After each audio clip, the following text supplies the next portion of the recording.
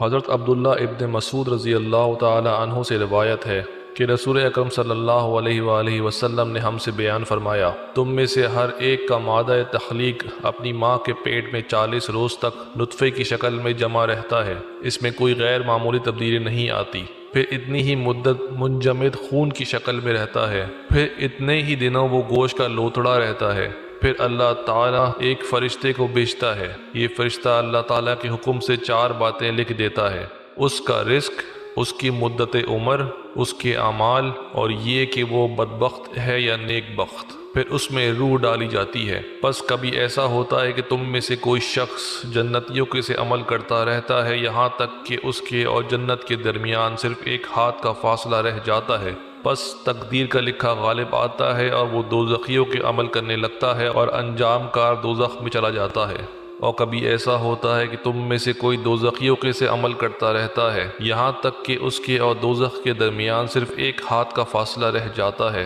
پھر تقدیر کا لکھا غالب آتا ہے اور پھر وہ جنتیوں کے سے عمل کرنے لگتا ہے، چنانچہ جنت میں پہنچ جاتا ہے۔ یہ حدیث مسئلہ تقدیر سے متعلق ہے جس کو ماننا ہر مسلمان کے لیے ضروری ہے۔ مسئلہ تقدیر کے سلسلے میں اتنی بات سمجھنا ضروری ہے کہ تقدیر در حقیقت اللہ رب العزت کے علم ازلی کا نام ہے، اور اسی علم ازلی کو اللہ تعالیٰ نے لکھ دیا ہے۔ یہ نہیں کہ جو لکھا ہے انسان وہ کرے گا، بلکہ جو کرے گا اللہ رب العزت نے اپنے علم ازلی کے تحت اس کو لکھ ڈالا ہے۔ اس لکھے جانے سے نہ انسان کا ارادہ ختم ہو گیا ہے نہ وہ محض مجبور ہو کر رہ گیا ہے۔ انسان کا اپنے اچھے عمل سے خوش ہونا اور اپنے کسی غلط کام پر پشیماں ہونا اس بات کی علامت ہے کہ وہ صاحب اختیار ہے۔ ہم میں سے جو شخص بھی اپنے اعمال و افعال پر غور کرے تو بغیر کسی شک و شبے کے اس حقیقت کو محسوس کرے گا کہ اس دنیا میں ہم جو اچھے یا برے عمل کرتے ہیں وہ اپنے ارادے اور اختیار سے کرتے ہیں۔ ہر کام کرنے کے وقت ہم غور کریں تو یقینی طور پر محسوس ہوگا کہ ہم کو یہ قدرت حاصل ہے